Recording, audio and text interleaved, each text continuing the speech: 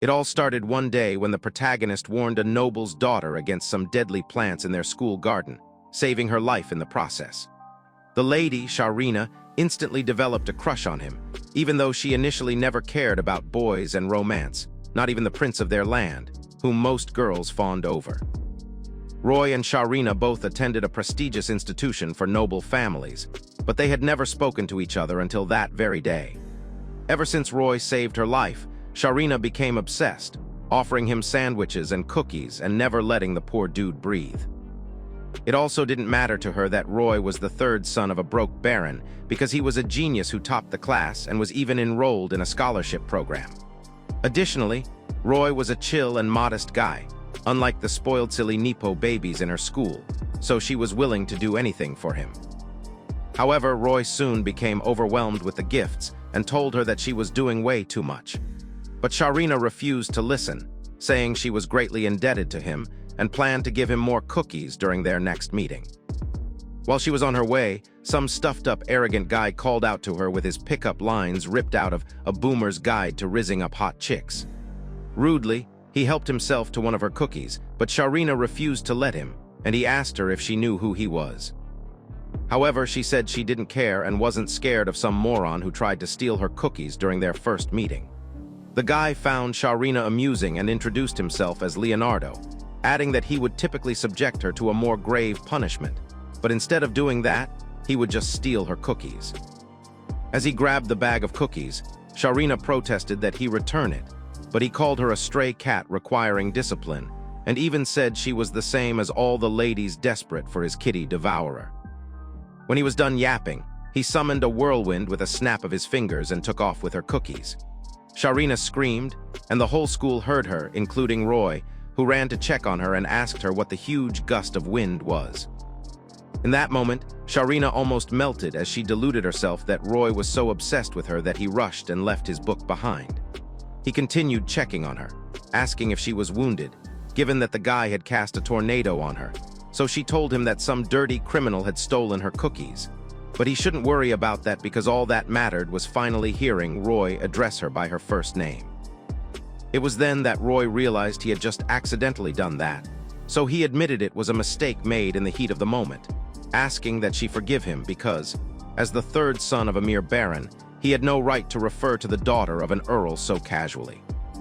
Sharina insisted that they drop the formalities and refer to each other by their first names, and eventually, she had her way with him and celebrated her little win. As they walked, Sharina reported that the guy who had stolen her cookies was some weirdo named Leonardo, so Roy clarified that the Leonardo guy was actually the prince of their kingdom. He found it surprising that a high noble like Sharina couldn't recognize the prince's face, but she explained she had only seen his portrait and had yet to interact with the prince. She added that in her defense, blonde nobles with blue eyes were so common that no one would ever notice if they went missing, and both she and the prince looked like these stereotypical nobles. However, Roy told her that she looked different from the other nobles because her hair was a rare strawberry blonde, and her eyes were light, not like the usual blue found in nobles. The lady blushed at the compliment, doing mental backflips in her mind, as she was grateful to the cookie thief for granting her such a romantic moment. Then, Roy asked her what time she left for classes so he could wait in front of her dorm the next day, because he didn't want her walking around alone, especially given her encounter with Leonardo.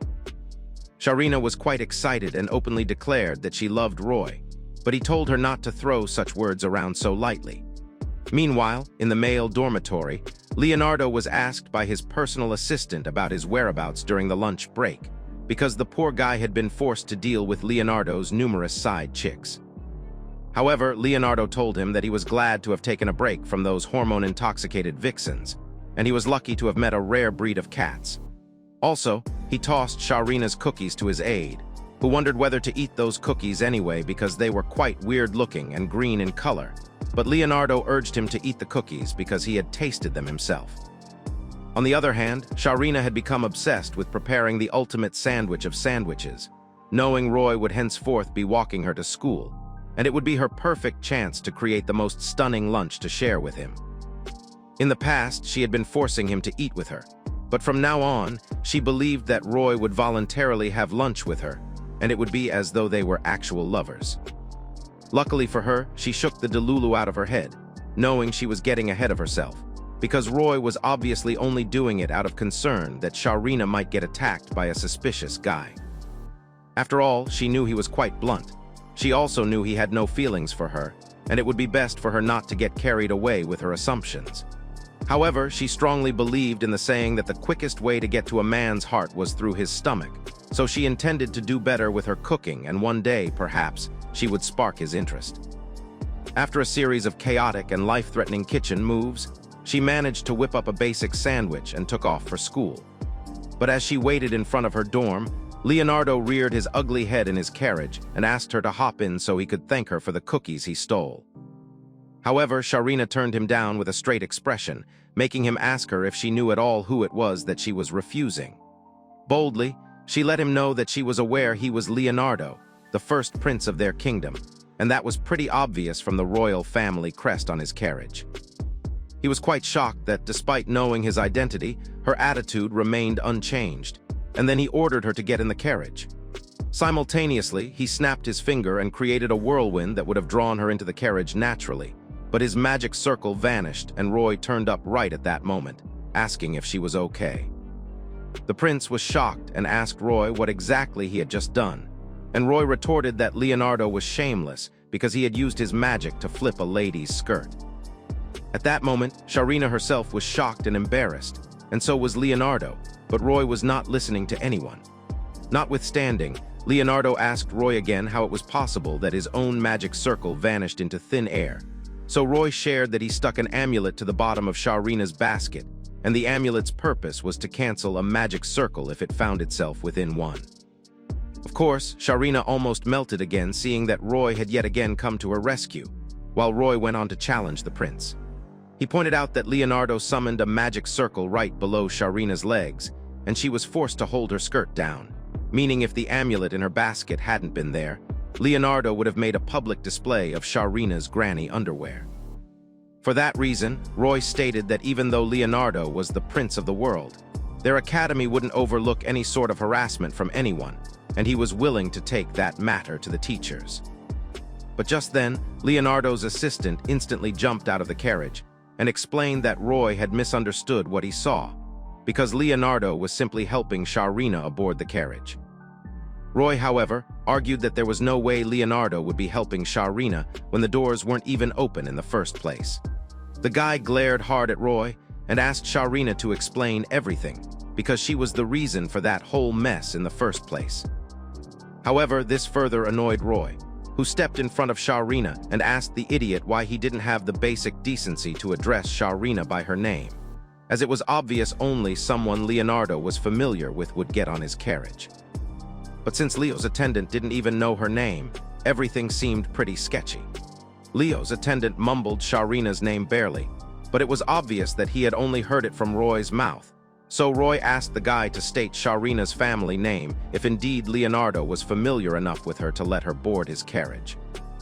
At this point, the attendant knew he was cornered and begged Roy to believe him when he said that Leonardo had no sketchy intentions with Sharrina. However, Roy said that he wasn't the offended party, so Leo's attendant sincerely apologized for their nasty behavior and asked that Sharrina forgive them. Earlier, Sharrina had started with her mumble rap, and Roy had to shut her up, but he permitted her to speak, and she introduced herself by her full name and family name. After the apologies, Leonardo, without a care in the world, said he would pardon Roy's rudeness out of respect for the unusual cat who was obviously Sharrina. As they rolled off, Roy let out a long, huge sigh as he slumped, saying he had just done a lifetime's worth of shouting and would be on airplane mode for the coming decades. She said he was amazing, but Roy called her out for flat-out turning down the prince because all sorts of rumors would spread about her for that refusal. Sharrina knew that Roy was right because status mattered a lot in their school, and people would talk about how she dared defy Leonardo. Also, if Roy hadn't intervened, Sharrina would probably have been ostracized by everyone. But now it occurred to her that Leo's attendant might spread the word that Roy dared to pick a fight with the prince. However, Roy told her that the attendant wouldn't dare tell anyone that he accused the prince of flipping skirts because they feared ruining their reputation. That being said, they were both calm, But Roy said that if Sharina had simply got in the carriage with the prince, none of that would have happened. The girl realized that she should have found a more respectful way to decline the prince's offer, and now she felt that Roy's impression of her must have hit rock bottom. She then apologized, saying she was eager to walk to school with Roy, which was what prompted all her decisions. She thought Roy was already fed up with her, but he told her that she had already suffered enough and they should hurry to class together. He extended his hand to her, and she was taken in deeply by his kindness. Again, she screamed out her love for him, but he told her not to throw such words carelessly. They hadn't known each other for even half a month, yet Sharina kept finding herself falling over and over for Roy. During lunch break, she gave him the sandwich she had spent decades creating, but Roy said it was so huge and couldn't be considered a sandwich if he needed 2 hands to taste it. However, she told him she was pretty sure it tasted great because the sandwich was fully handmade, right from the bread buns she used. In the end, when Roy tasted the sandwich, he said it was great, and Sharina said she would make them next time and add patties even. As they enjoyed their lunch, she was excited within her, wishing their moment would never end, but trusting the good-for-nothing prince to ruin a perfect atmosphere. He called her the unusual cat hanging out with the black rat and said he would help himself to one of her sandwiches. Sharina and Roy rose before him just to honor his title and whatnot, but he went on an unwanted rant about how he had to flee from the sickening odor of his side chick's pits. From Roy's expression, it was obvious he was barely tolerating Leo, but Leo and Sharina found his expression cool and cute. Anyway, Leo asked for a sandwich to cleanse his palate so he could overlook what had happened in the morning, but it became clearer to Sharina that this dude had a rock for a brain.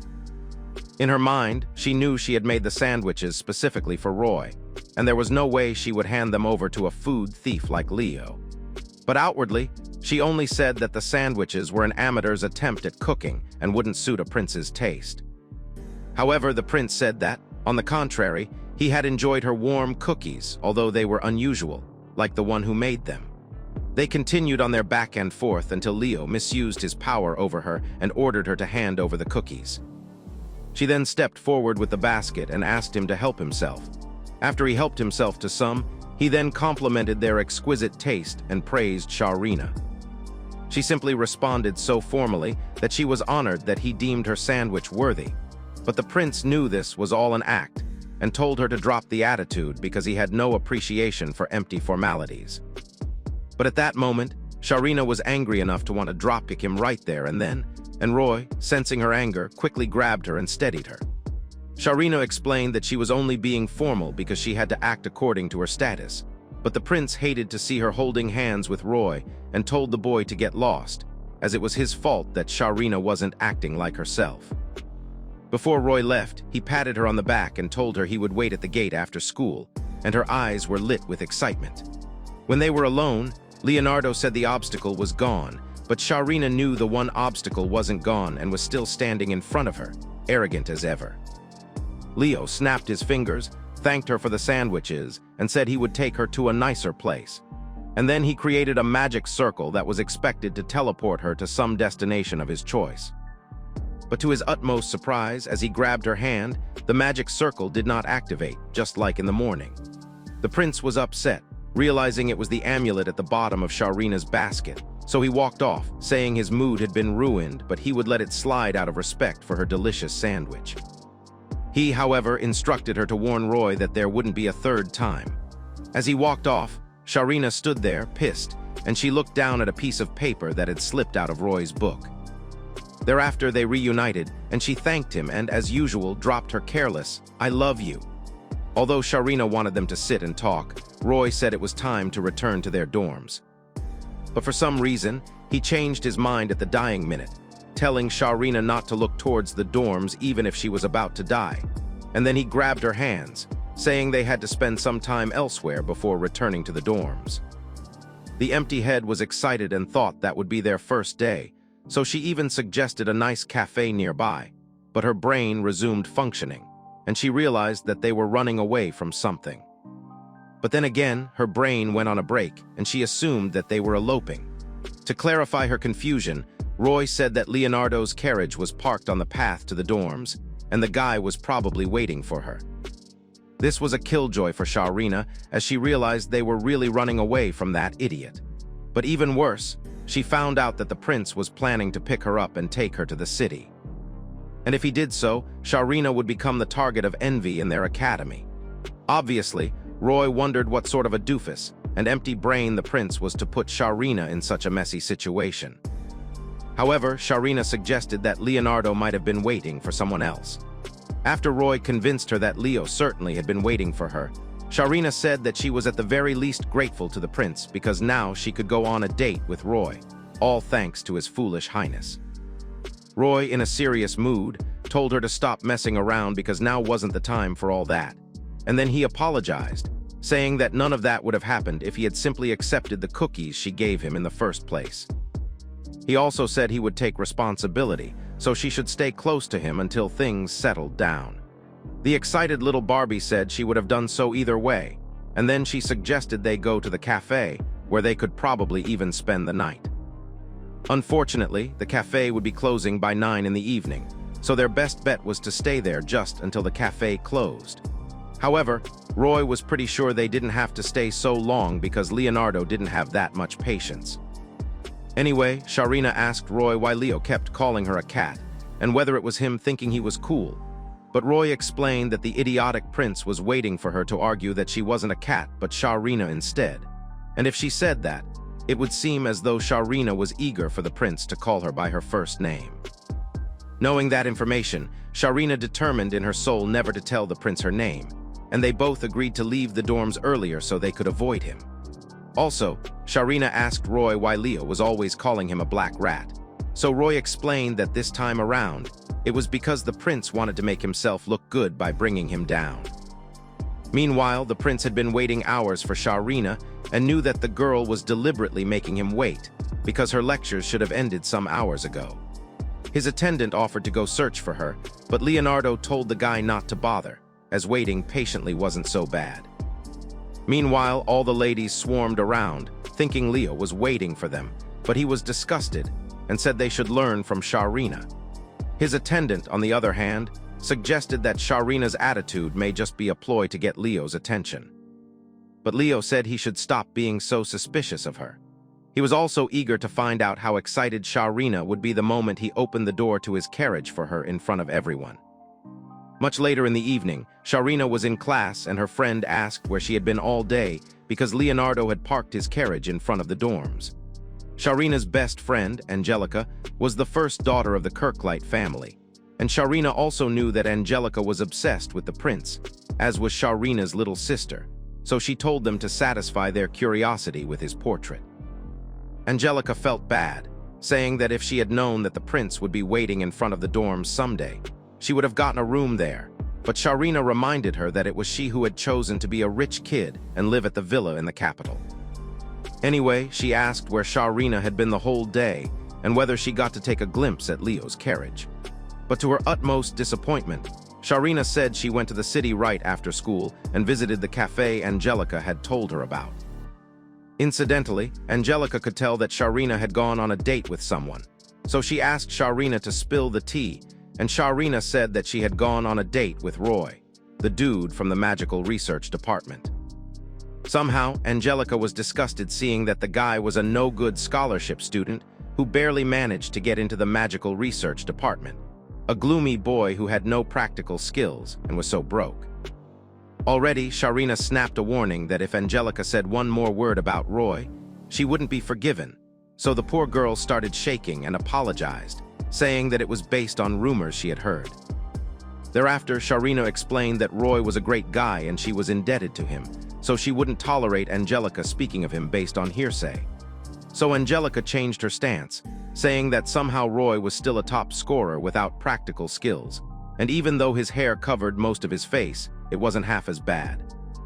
This made Sharrina more vexed, and she said that if Angelica tried to steal her man, it would be a full-blown wrestling match. In fact, much later during lunch, Sharrina warned Roy that if another girl tried to hit on him, he should discuss it with her right away. Roy told her there was no girl on earth in her right mind who would hit on him, given that he looked like a Frankenstein's creation, and he reminded her that she had a much bigger problem to solve. That was when Sharina remembered that she had a pest known as Leonard, who surprisingly hadn't shown himself. Anyway, seeing that Roy was deep into his textbook, she decided to leave so she wouldn't distract him, but Roy grabbed her and said she wasn't a distraction because, as he had said yesterday, she should stick close to him. Instantly, Sharina was excited and promised to stay by his side forever and ever, but Roy said it wasn't that deep, and they would only have to stick together until that problem in her life was solved. Already, Sharina felt so warm and happy wishing time could just stop right then. But of course, the devil showed up right when it seemed perfect, and Sharina only wished that Leonardo's heart would stop beating that instant. He bounced in, saying he had come to thank her for the sandwich, and seeing that Roy was on guard, he told him not to be so alert either, because there wouldn't be any need for any of Roy's clever amulets. He brought out a jewelry box, saying that since they hadn't seen each other the previous evening, he had hastily ordered her a gift from his trusted jeweler. However, Sharina said she never recalled making a sandwich equivalent in value to jewelry.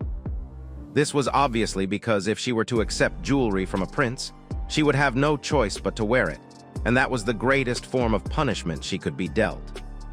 Leo shoved the jewelry box back in his pocket, saying he would give it to someone else, but then he burst out laughing hysterically, saying Sharina was indeed amusing and intriguing because she saw the real jeweler's logo on the box, yet she didn't hesitate one bit or react either when he put the box away. In his life, no other girl had acted that way with him, and if she had accepted the gift, that would have been the end of it, but now that she hadn't, he had made up his mind to make her his woman. Sharina couldn't believe his audacity and told him he was clearly joking, but Leo told her to prepare herself because the word defeat wasn't part of his dictionary. She asked Roy if this meant that she could stay by his side forever if Leo weren't giving up, but he told her not to say something so ominous. Much later, Angelica excitedly told Sharina that Leo would be attending the dance in the coming month.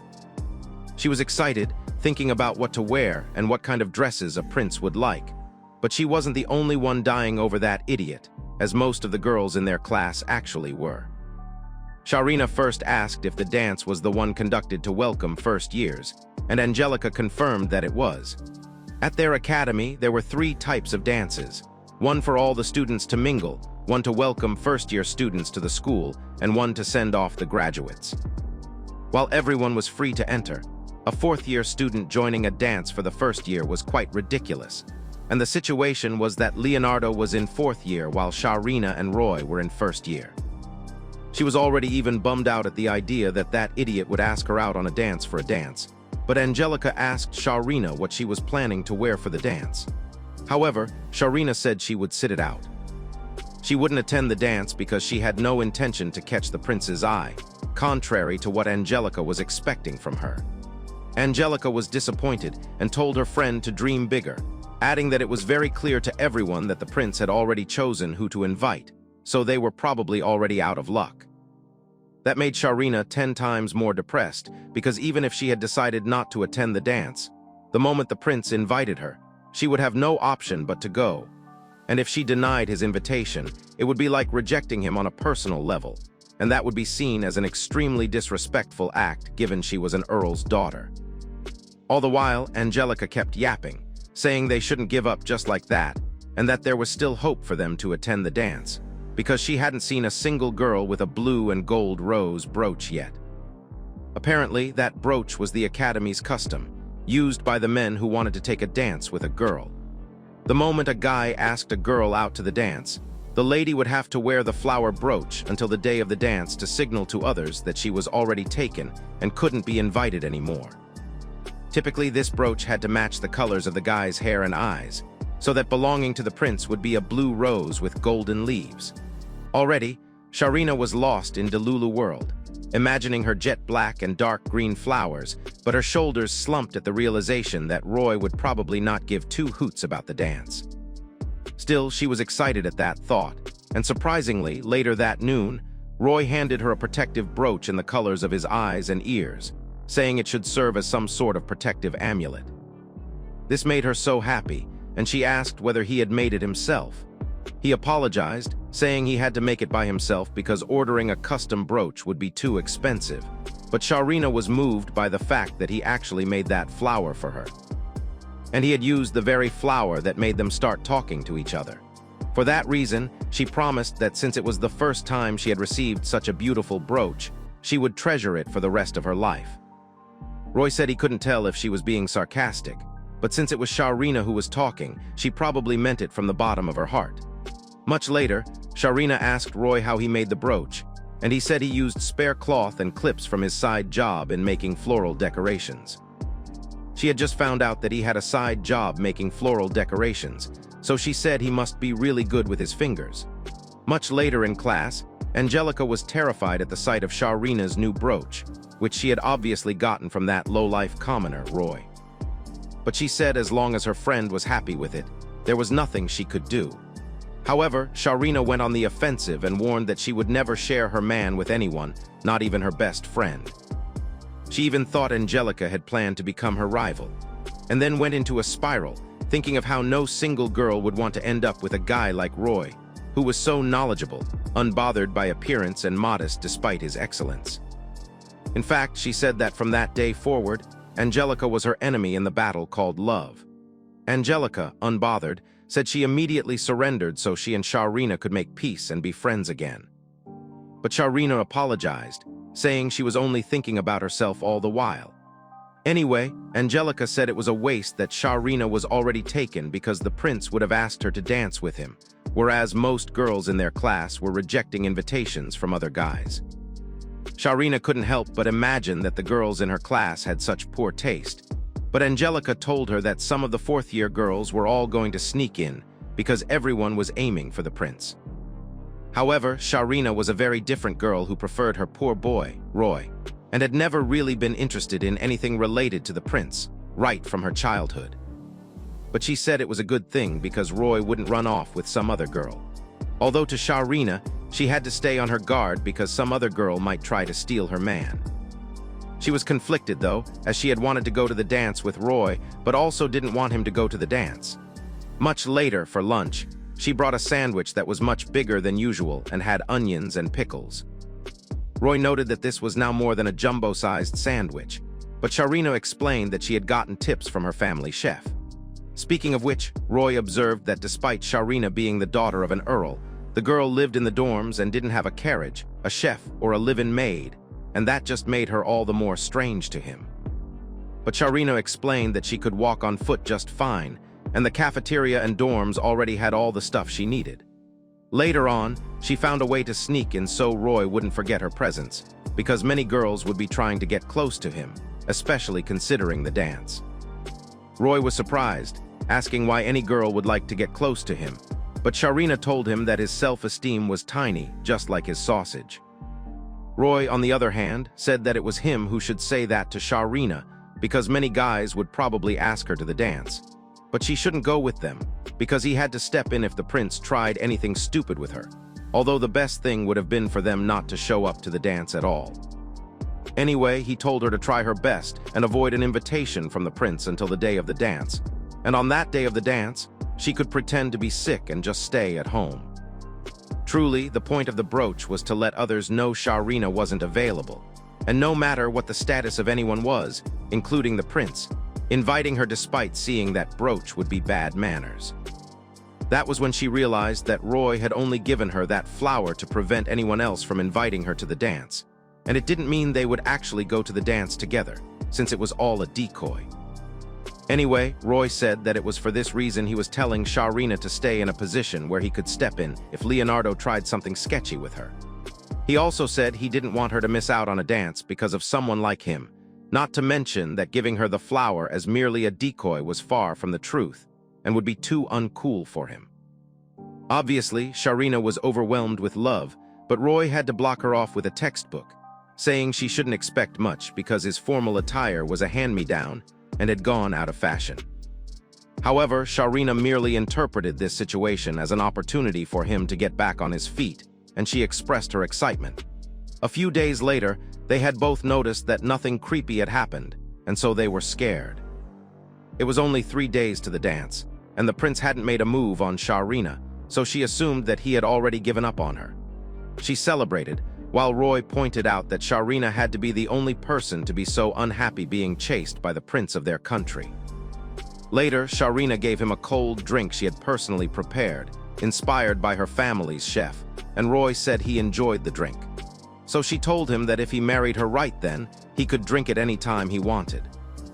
However, he told her that, alternatively, he could just steal her family chef. He noticed the girl was about to lose her marbles, so he said he was just kidding. However, their peaceful afternoon was shattered later that day when Sharina woke up and found a blue rose and a brooch with a blue rose and golden leaves, just 2 days before the dance. Immediately, Sharina informed Roy of what had happened, saying she had found Leonardo's brooch under her door that morning. Both of them were exhausted because they had already assumed he had given up, but Roy said that it now made sense why Leo hadn't been bothering Sharina lately, and it was because he didn't want to see Sharina wearing the brooch Roy had given her. This was because inviting a girl who already had a partner went against every definition of good etiquette, and the same was true for a girl who changed partners. Even a stuck-up prince like Leonardo understood that vital lesson. But now that Sharina found herself in this mix, she felt that since Roy had already asked her out to the dance, she could simply turn down the prince's invitation and let him know that she was taken. However, Roy informed Sharina that since the prince hadn't seen her brooch from Roy, he could simply claim he didn't know that she was taken, and his actions wouldn't be considered a breach of etiquette but a mistake out of ignorance. However, if Sharina informed the prince publicly that he made a mistake, people would shame her for embarrassing him, and this only meant she had to find a way to talk to him alone. Even so, Roy presumed that Leonardo would definitely surround himself with the crowd until the very last moment, and he knew Sharina would have no option but to return Roy's brooch to him and dance with the prince at the dying minute. The angry girl said she would stuff the stupid flower down his throat and choke him with it, but Roy said her hot temper made him really want to grab those rice cakes. Sharina suggested that she would feign illness and say she got a fever the previous night, which forced her to stay in her room for the entire next day until she had gotten. Turning with determination, Roy promised that the prince's brooch wouldn't affect Sharina's going to the party. Meanwhile, in class, Angelica was super excited and asked Sharina whether she had found a rose under her door as well. But when Sharina showed her the brooch, it was all cracked, as she had actually crushed it with her hands. Anyway, Angelica said they left a rose for every girl in the dorms, meaning it was someone's huge prank. She also wanted to know that if indeed it was a prank, nothing had been stolen and there were no traces of an intruder. From what she heard, when the first years returned to the dorm the previous day, they found blue rose brooches in front of every door, and the dorm's caretaker knew nothing about it either, meaning someone must have sneaked in during the day, avoiding the caretaker and placing all those roses. Now, people believed that whoever the culprit was did it out of desperation because they couldn't find the courage to invite their dream girl.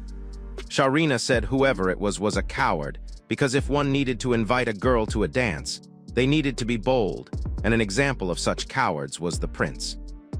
Apparently, it was Sharina who had placed all those roses under the doors of the girls, and she was forced to dye all the roses from Rio's side job and sneak into the dorms and place one rose in front of each door.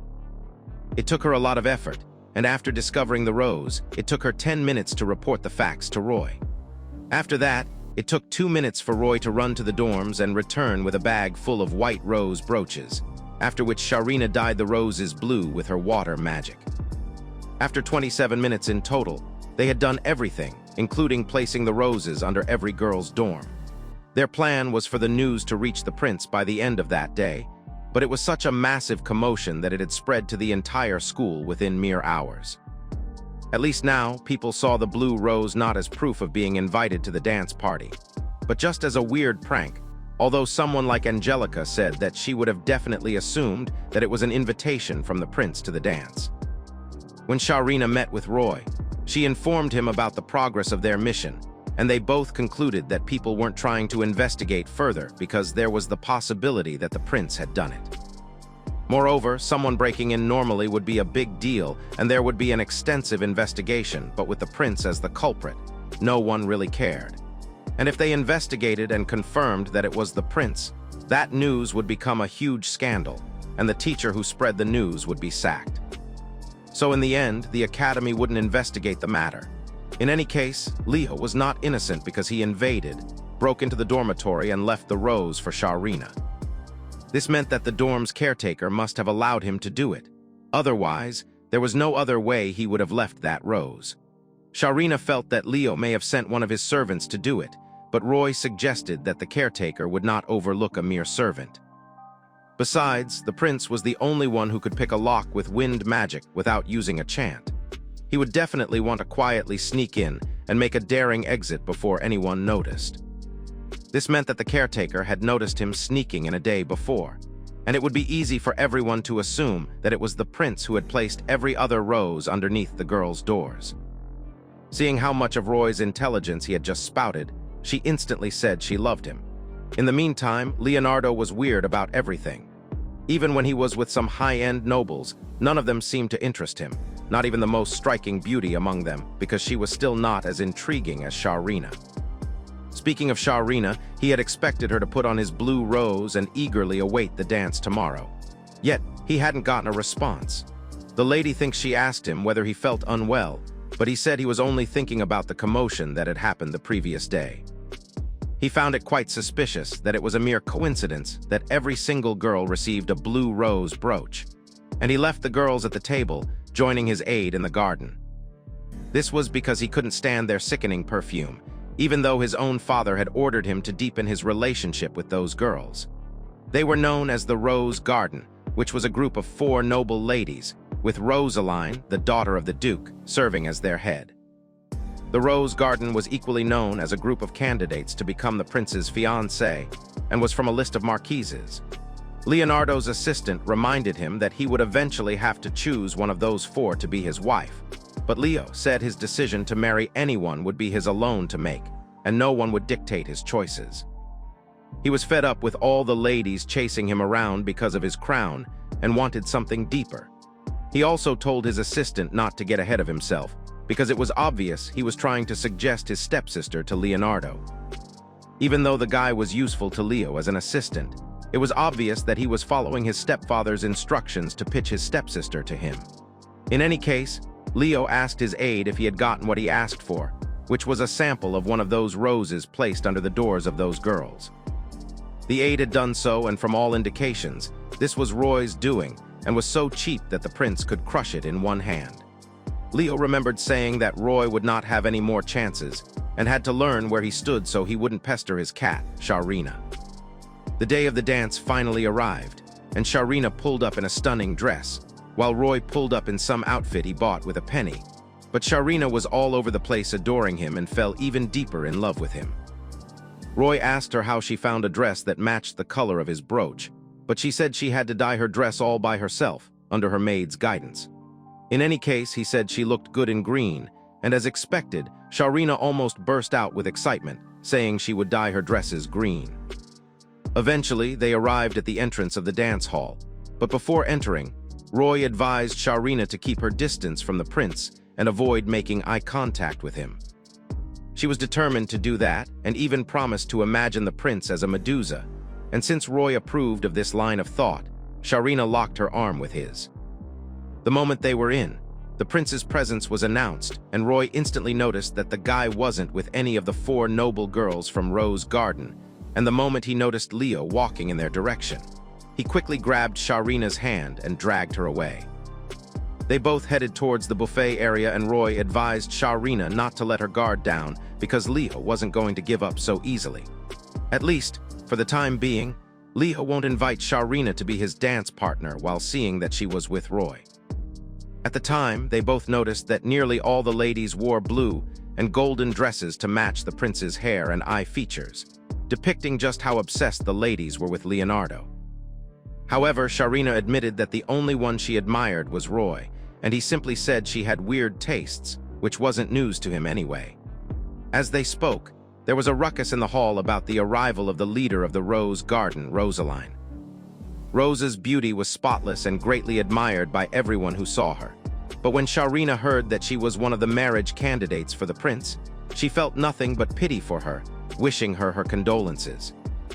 However, she wondered why Leo, despite having an enviable choice of beautiful women, had become so obsessed with her instead. Roy, however, told Sharina that she was quite charming. Besides, it would be great for them if Rosa could distract the prince. Rosa bowed before the prince, and Roy watched analytically as he wondered whether Leo could reject her publicly. However, Leo rudely turned his back on her, and Roy knew that they had their work cut out for them, but even worse, Leo turned straight to Sharrina, mouthing that he would get her soon. Having locked eyes with him accidentally, Sharrina became dizzy and almost passed out from the prince's overwhelming aura. She was madly irritated at herself for accurately reading the pig's lips and realized she had been clinging too tightly to Roy. But just then, Leo appeared out of the blue and grabbed Sharrina in his arms, ignoring Roy, who insisted that he was responsible for her since he was her dancing partner. The prince reminded Roy that he had warned him that there would be no more chances, and then he pushed him with his wind magic to the floor. All the while, Sharrina was squiggling in his arms, trying to set herself free, but the prince told her to stop struggling. All the ladies watching soon became jealous and wondered who this lady was who had caught the prince's attention. On the other hand, Sharrina kept asking the prince to drop her because she could walk on her own, but he claimed to be a gentleman at that dire moment. This infuriated Rosaline, who was surrounded by her minions who tried to calm her as her jealousy and rage overtook her. Seated on the rooftop, Leonardo tried to make small talk with Sharrina, but she immediately got up and apologized for taking up his time while appreciating him for his concern. She suggested that he return to the party, but Leo said he didn't mind staying there for a while, and there was nothing wrong with him entertaining her. Sharrina said that she felt he would have a more pleasant time in the hall with other first-year students, but Leo simply said that she was being crafty with her words and was truly an unusual breed because she never appreciated his compliments. In any case, he said he hadn't gotten the chance to pay her back for the cookies, so he asked what gift she wanted that would please her. In Sharrina's thoughts, the only gift she wanted at that time was Roy, so she told the prince that she didn't need anything no matter how expensive it was. At that time, Leo stood up, saying he was pretty sure she would have no interest in flashy things, and so he thought to thank her with something that wasn't material. He summoned the magic circle as he told her he would give her a ride across the starry sky. Poor Sharon wished she could tell this moron that they were Jasmine and Aladdin. Luckily, Roy rushed in at that moment and warned Leo that what he was about to do was dangerous. The prince saw this as an affront to his magical skills and asked Roy to be honest about where he placed the amulet this time around. Roy didn't give a response right there and then, so the prince insisted that they would go ahead and jump off anyway, since there was no amulet. And he promised not to mess his magic up. And so, Roy clenched his fist, defeatedly admitting that the amulet was in the brooch on Sharrina's body, particularly at the base of the leaves. Instantly, he reached out to the middle of Sharrina's dress and pulled out the brooch, thereafter tossing it over the balcony. He then told his assistant Edward to hold Roy down that instant, but even Edward told his foolish prince that he was taking his joke a tad too far. With the most serious expression on his face, Leonardo said it was no joke to him, and he was serious. Thereafter, he leaped from the balcony with Sharrina in his arms and asked her if she was enjoying the view. All this poor girl wanted to do was disappear at that moment, but she knew if she didn't hold on to him, she would fall to the ground. While he harassed her as he pleased, saying his gift of the starry sky couldn't be bought with money, Sharrina cringed inwardly from her face. At the same time, Roy broke free from Edward's grasp and shouted to Sharrina that she should cast the Aqua Column water spell. Even though she didn't know what he was up to, she cast the spell and a roaring waterspout was created so vast and powerful that it shocked the prince himself. Thereafter, Roy instructed her to hop onto it as she would on his pipe, and she instantly did so, granting Roy closer access to her as he helped her onto the balcony. As he checked on her and ensured she wasn't hurt, Sharrina was curious about how he came up with that whole idea. He shared that it was the amulet of magic amplification he had created. He was trying to make one that would let Sharrina cast strong spells with little mana, but ended up having it absorb mana from people nearby. The person nearby in this condition turned out to be poor Edward, who had now collapsed from losing too much mana and couldn't move. Even though it was a failed amulet, Roy still carried it around, but Sharrina was excited and told him that it was not a failure and it was actually amazing.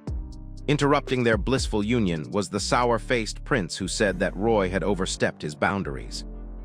Sharrina wanted to intervene, so Roy stepped in front of her and apologized, saying he was too concerned for Sharrina's safety and couldn't think of better methods. Leo said that Roy's concern for Sharina's safety only meant that Roy doubted his skills. But Roy said that he wasn't concerned about Sharina's physical well-being, but rather her mental well-being, because the girl was terribly afraid of heights. That was evident in how nervous Sharina was as she froze up and shut her eyes the moment they took off, trembling with a pale look on her face. At that moment, Leo was shocked and said that they could have just told him instead of using magic. But Roy said that he was afraid that if Leo didn't listen and continued flying, then it would be far too late to save Sharina and her heart wouldn't take it anymore. Besides, Sharina only used magic as he instructed because she was scared and confused, so he was willing to take the punishment on her behalf if the prince was willing to forgive her. Again, Roy had successfully one-upped the prince, so the embittered young man had to overlook what happened and commanded them to raise their heads. He stormed off with his assistant, leaving Roy and Sharina together as she thanked him for coming to her rescue yet again. But Roy wasn't pleased that the only way he could protect her was through such inefficient means, because if he could use wind magic, he would have stopped the prince before Sharina had to suffer at all. And if he could use water magic, he would have cast the spell himself without involving her. And if he could use earth magic, he would have kept her safe. Unfortunately, even now that Sharina was cold and soaking wet, he couldn't keep her warm the right way. Unfortunately, all he had were some pretentious amulets and a sharp tongue, with which he could not compete against real magic.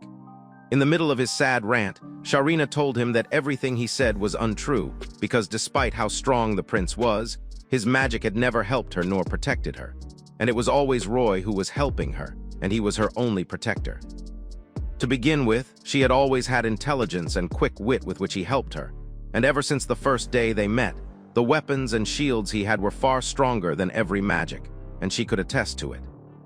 Also, there was a way he could warm her up, and it was something only he could do, by simply holding her hands, which would, by extension, warm her body and soul. Roy was stunned, but he eventually did as she asked and confessed that, if anything, he was the one who was getting saved. Afterwards, he said they should head home, and he would escort her back to her residence. Sharina was over the moon with excitement, saying that was the happiest day of her life. But just then, Lady Rosaline called out to Sharina, saying she had something to discuss with her. The discussion began with Rosa thanking them for sparing the moment to talk, and she had also permitted Roy to be present in their conversation. The immediate question she asked Sharina was whether she really believed she possessed the qualities of a queen. Both Roy and Sharina were stunned, and Rosa said that she was fairly certain Sharina knew what would follow when one entered into a love relationship with the prince.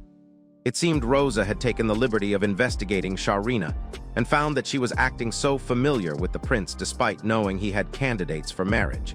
And then she asked Sharina if she understood the implications of her actions.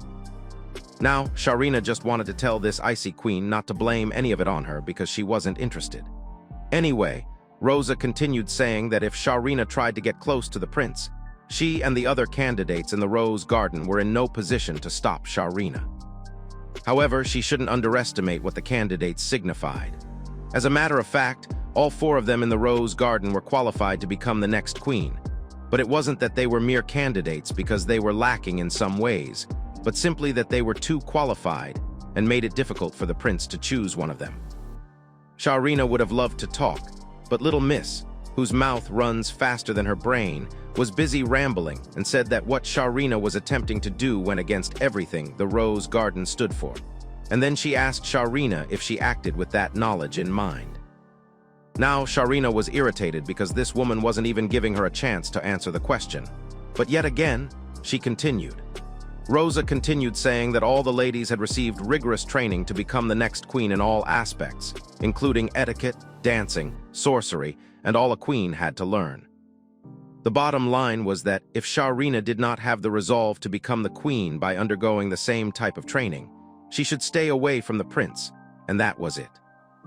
Before Sharina even had a chance to defend herself, this silly girl turned without even giving her a chance, and Sharina realized that both Rosa and Leonardo deserved each other.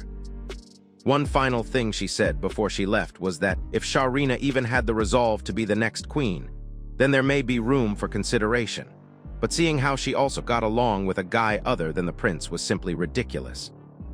Apparently, ever since Rosa met the prince, Her heart had been devoted to him alone, and she had endured tons of training for his sake and the sake of the country. And even though the prince seemed to have been captivated by Sharina's innocent behavior, Rosa felt that Sharina was ignorant and insolent and had to reconsider what it entailed to be a noble. The moment the overbearing Ice Queen left, both Sharina and Roy heaved a sigh of relief. Sharina said that she didn't feel it was pleasant of Rosa to accuse her like that, but Roy told her that at least now they had an excuse, because if Lady Rosa herself told Sharina to stay away from the prince, she would have no choice but to do just that.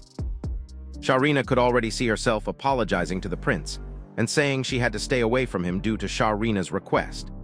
At least they knew that even the prince wouldn't try to get rid of Rosa, and Roy said that at the very least, the king and the Arya-Rose household, that is, Rosa's family, wouldn't allow the prince to do so except if the prince's father was just as stupid as his son was.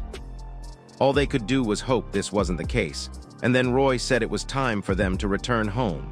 But before that, Sharina insisted that they search for the flower. Roy said it was too dark and they should just give up, but the lady insisted that it would be her heirloom, and Roy told her to choose between the heirloom and him. She eventually chose him, and they walked back under the full moon and starry sky. Meanwhile, Sharina said that while Rosa was talking, all she could think of was the pretty moon, and she was looking for constellations and whatnots. Eventually, they walked off into the darkness. Meanwhile, Rosa received a report from a girl named Irene stating that, according to witnesses, Sharina was feeling unwell in the evening and the prince carried her. So she was wriggling and crawling around him as though they were in an intimate relationship. This annoyed Rosa, and she gripped her dress, saying she only thought that the prince was showing kindness to a sick person. She continued stating that Sharina had shown no signs of sickness before the party, and it was only after Rosa greeted the prince that Sharina suddenly collapsed to the ground. And so the assumption was that the moment the prince wasn't around, Sharina would run to another man, and although there was nothing wrong with her health, she collapsed right in front of the prince after he had greeted Rosa. This only meant that Sharina had done it on purpose and attracted the prince's attention, so Rosa wouldn't get a chance to dance with him. She was further annoyed that it had only been a month, and Sharina was getting the special treatment from the prince, yet Rosa, who had been his possible fiancée for the longest time, wasn't allowed to have a dance with him. Furthermore, Irene reported that Sharina stated that that day was the happiest day of her life, and at that point, Rosa was furious and commanded Irene to leave her alone, as she wondered why it had to be a girl like Sharina that the prince chose. The next day, Roy asked Sharina to remember their cover story, and she recited it, stating that the prince was worried about her because she collapsed, and as soon as he left, Rosa came before her, and if neither of them returned to the party, Sharina could only assume that they spent time together. Roy told her to make sure she sounded distressed because she wasn't coming across as persuasive, but when she remembered how powerless she felt in the prince's arms, her body began to shake. Roy told her not to overdo it because there might be some aggressive people. Eventually, when she got into school, she spread the rumor that at the party, the prince was simply worried about a student who had collapsed, and as soon as he left, Lady Rosa came before her, seeking the highness, and they spent time together. This made the girls go crazy, but at least, finally, their jealousy was directed at Lady Rosa and not Sharina. She felt bad for Rosa, but at least this was better than rumors spreading that the prince and Sharina were lovers. Angelica, who heard this, said none of them could compete with Lady Rosa, so she went to spread the good news. And later, Sharina enjoyed a moment of silence. Much later, Angelica returned, asking her if people pestered her about yesterday because they had been making a big deal out of it at the party. But Sharina said she was fine, even though she could still hear people talking about it behind her back. However, Angelica told her to treat those idiots as insignificant villains in romance stories. But then she asked Sharina to give her the tea and wondered whether the prince stood a chance of winning Sharina's heart. Thankfully, Sharina knew better than to tell her deluded friend what had really happened, or else she would die from destroying her own personal fantasies of being with the prince. Much later, Sharina reported that she had managed to stop the rumors that she and the prince were lovers, but no one wanted to listen to her rants about her dying confession of love for Roy. Anyway, for lunch, she made a different type of sandwich using deep-fried bird meat delivered from her county by a giant eagle, which her family used instead of carrier pigeons. Interrupting her endless chatter about a giant bird, Rosa and her crew stopped right in front of her, and Rosa said it seemed Sharrina had no intention of heeding her warning. This time around, Rosa's problem was that despite her warnings for Sharrina to stay away from the prince, Sharrina was waiting at a spot that Rosa knew the Highness would always look for her. Sharrina was irritated, wondering who was feeding her all that nonsense, but Rosa continued, saying that after Leonardo had eaten food from first-class chefs all his life, he found her creations quite intriguing. However, she said that the candidates of the Rose Garden never tried to sway the prince with their cooking, because they couldn't afford to risk feeding the prince anything bad. And feeding him an amateur's cooking was beyond absurd. Again, she gave Sharrina no chance to express to stand up for herself, and continued saying that rather than appealing to the prince, the girls of the Rose Garden always prioritized his health above everything else. Furthermore, Rosa mentioned that her stepbrother Edward stopped the prince from coming to that side, but Leonardo was fully intent on coming to see Sharrina. That meant if Sharrina was serious about the prince, she should know better than to expose his body to danger or to give him food poisoning, because she would be the one to take responsibility. Madame went on nagging while Sharrina counted flowers until the prince arrived, saying he was sorry he kept Sharrina waiting for him. He addressed all four of the ladies, asking them to explain themselves, and they said that they'd only given her a piece of advice and hadn't done anything wrong. Sharrina realized that Rosa wasn't saying anything wrong and had sound logic, but it would have made sense if Sharrina was actually trying to steal the prince, and she was complaining to the wrong person instead. Anyway, the prince said that the four girls of the Rose Garden had disappointed him, and he was willing to forgive them if they had admitted their mistakes, but for now, they would have to get out of his sight. He then apologized to Sharrina, saying he didn't mean to scare her, but Sharrina said that Rosa was saying the right thing and she wished Leonardo didn't have to condemn the girls so much. However, he patted her on the head and she was quite disgusted. When Rosa saw this, she was heartbroken and dashed off. Thereafter, the prince continued apologizing for leaving Sharrina lonely for some weeks. He also said that he had to avoid seeing Sharrina before the dance to execute a certain strategy of his, although it ended with a last-minute blow from a certain coward, none other than Roy. In any case, Sharrina knew who he was talking about even without him mentioning Roy, but she wondered if he knew that she was the executor of that plan. Anyway, he said he was willing to forgive Roy, but there wouldn't be any more chances. As he whipped his hair back and forth like the true diva he was, Sharrina was only more disgusted with him, wishing she could just crush him already. He told her not to pout and asked her to have lunch with him, although he mentioned he hadn't permitted Roy to be there with them. Anyway, Sharrina outrightly said no to his lunch date, saying that, as Lady Rosa had instructed, she couldn't allow him to taste cooking as amateur as hers. Besides, a lowly daughter of an earl like herself must respect her position and stay away from him who had potential fiancés, and she especially couldn't ignore Lady Rosa, who had warned her to stay away from him. For some reason, this angered the prince, who asked Sharrina if Rosa did actually tell her to stay away from him. Sharrina said yes and asked to excuse herself right away. As Sharrina cowardly tried to excuse herself, Roy thanked the prince for being kind and overlooking what had happened the previous day, saying he would take responsibility and escort Sharrina to her classroom.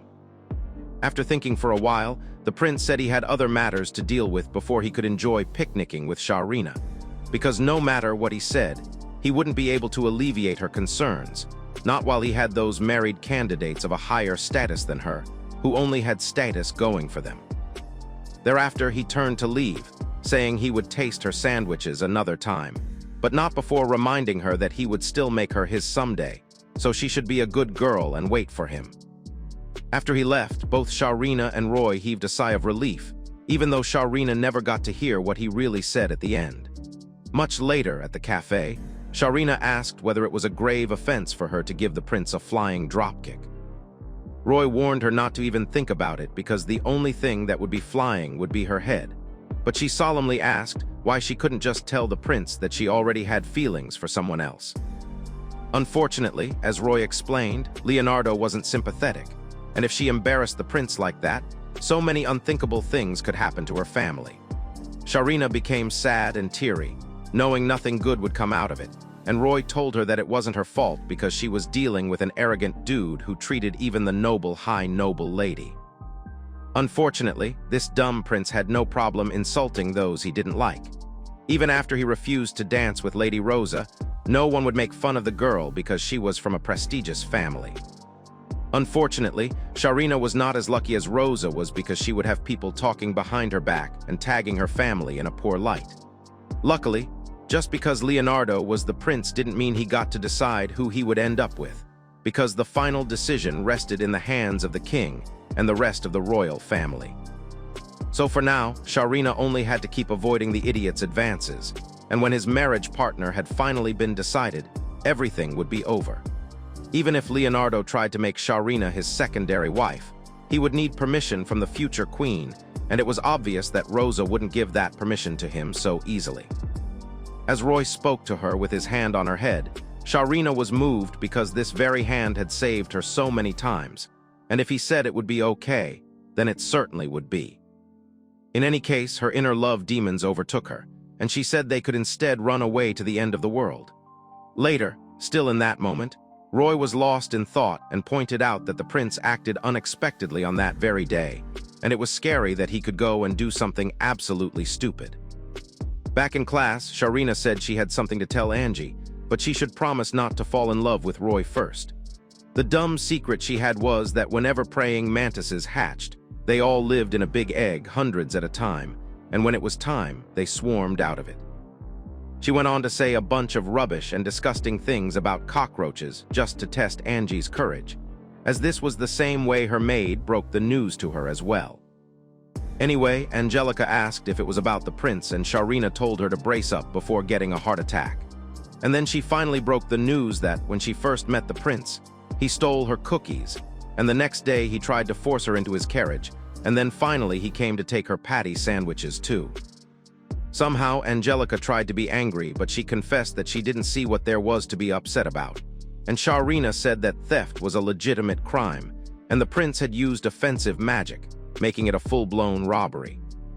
In fact, if he weren't the prince, she would have turned him into the guards. In any case, Angelica said that even if the prince was a little forceful, he still praised Sharina's cooking.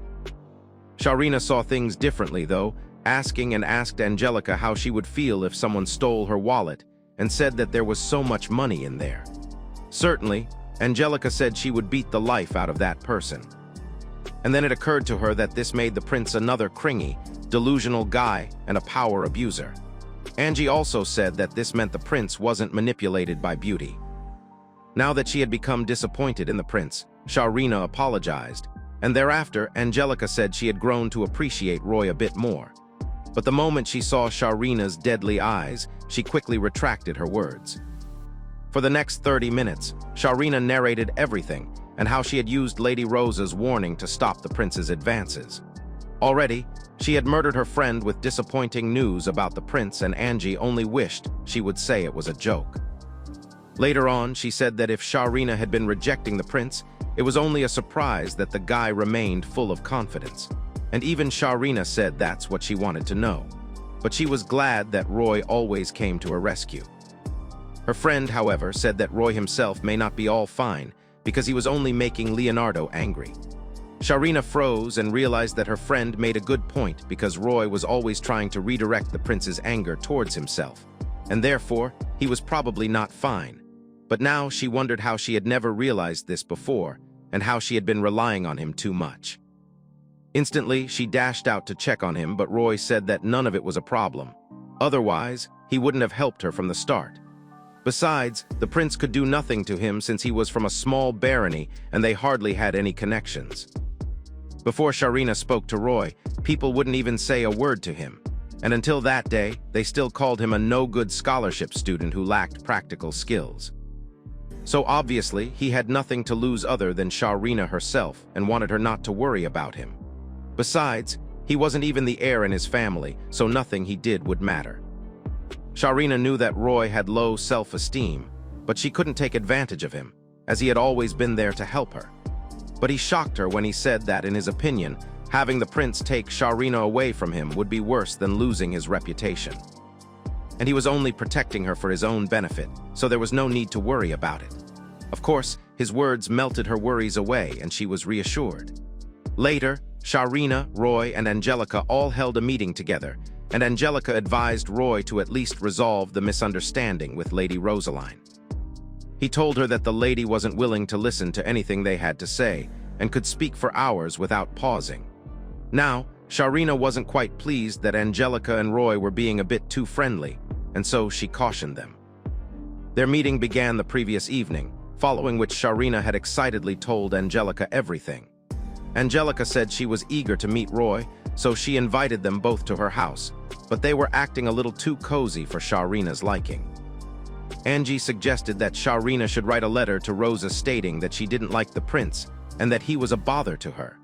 However, Roy said that Rosa would simply assume they were bragging or trying to piss her off.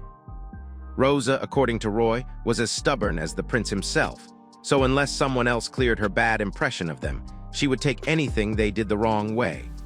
It was also clear to everyone that the prince wasn't going to leave Sharina alone. But considering how quickly he retreated the previous day, he might have something up his sleeve.